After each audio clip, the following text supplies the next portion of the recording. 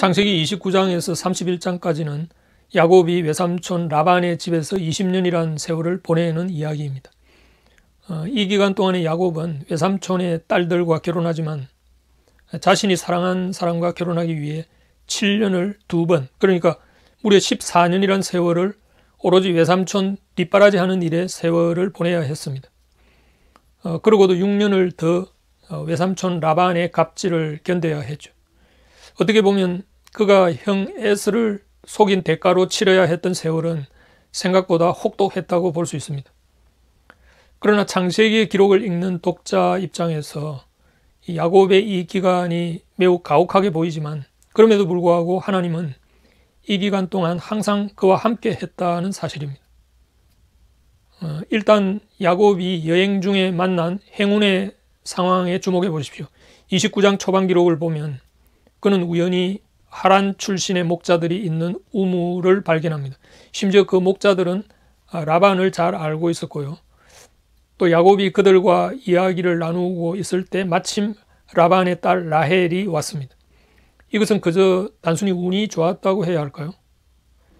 물론 창세기 29장에서 야곱이 바단 아람을 향해 가는 여정 동안에 하나님의 직접적인 계시가 언급되지도 않고 또 과거 아버지 이삭의 종이 이삭의 배필을 순적히 만나게 해달라고 기도한 것과는 달리 야곱은 기도도 하지 않았기 때문에 야곱이 쉽게 라반의 딸을 만난 것은 그저 우연일 수도 있습니다. 그럼에도 불구하고 이 모든 사건의 배후에 하나님이 계셨다는 것을 알려주는 3가지 단서와 성경의 나머지 가르침이 있습니다. 첫째, 야곱에게는 이미 창세기 28장 그 베델에서 보여준 하나님의 약속이 있었습니다. 창세기 28장 15절에서 하나님은 야곱이 어디를 가든지 그를 지키시고 떠나지 않겠다고 말씀하셨죠. 야곱은 그 약속을 잊어버렸을지 모르지만 하나님은 야곱과 늘 함께 하셨던 겁니다. 그리고 두 번째 단서는 창세기 29장 1, 2절에서 보면 야곱이 길을 떠나 동방 사람의 땅에 이르러 본즉 보라 들에 우물이 있고 그리고 보라 그 곁에 양 3떼가 누워 있으니 이는 목자들이 그 우물에서 양떼에게 물을 먹임이라 라는 구절에서 우리말 성경 개역 개정에는 빠져있는 보라라는 말이 2번 나옵니다. 그러니까 이 부분 성경 원어에는 2번의 보라라는 말이 삽입되어 있는데요. 여기서 보라라는 말은 예기치 않은 상황의 주의를 환기시키는 의미가 있습니다.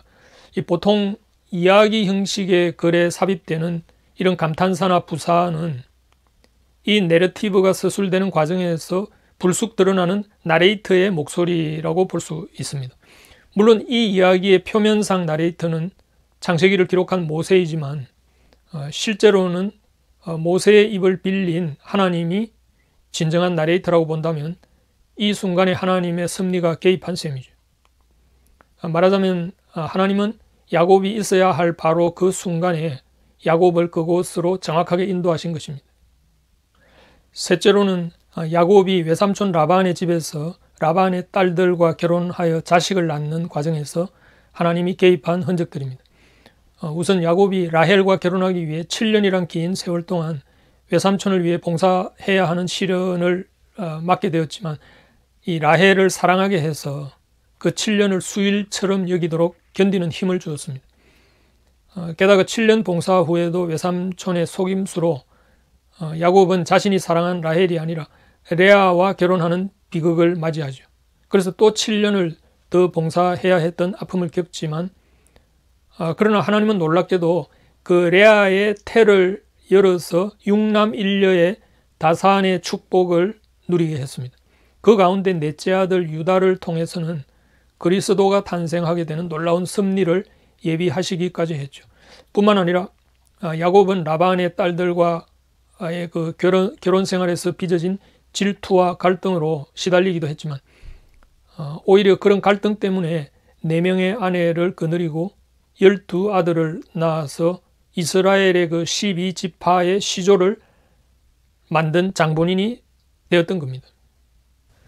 이후에도 외삼촌 라반은 야곱에게 품삯을 한 푼도 주지 않는 술수를 쓰지만 하나님은 야곱에게 가축의 생산을 늘리는 우생학적 지혜를 주셔가지고 큰 부자가 되게 하십니다. 결국에는 야곱도 31장에 가서는 하나님께서 자신을 인도하셨다는 사실을 아내들에게 스스로 이렇게 고백합니다. 그대들도 알거니와 내가 힘을 다하여 그대들의 아버지를 섬겼거늘 그대들의 아버지가 나를 속여 품삯을 10번이나 변경하였느니라.